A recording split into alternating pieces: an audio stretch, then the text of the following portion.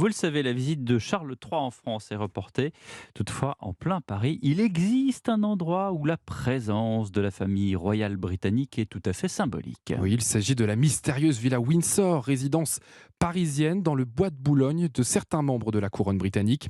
La ville de Paris l'a annoncé en début de semaine. Elle sera ouverte au public, mais avant, la fondation Mansart doit encore y faire des travaux pour la rendre visitable.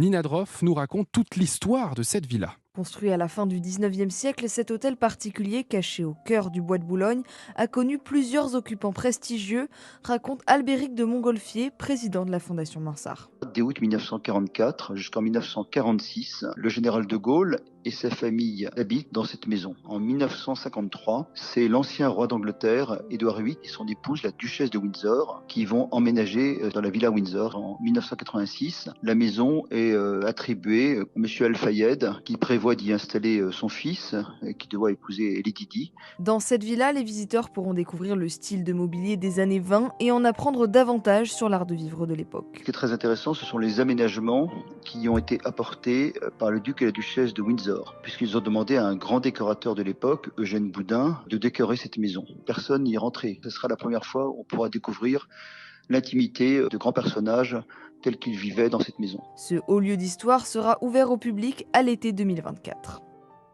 Merci Nina Droff, journaliste au service culture d'Europe.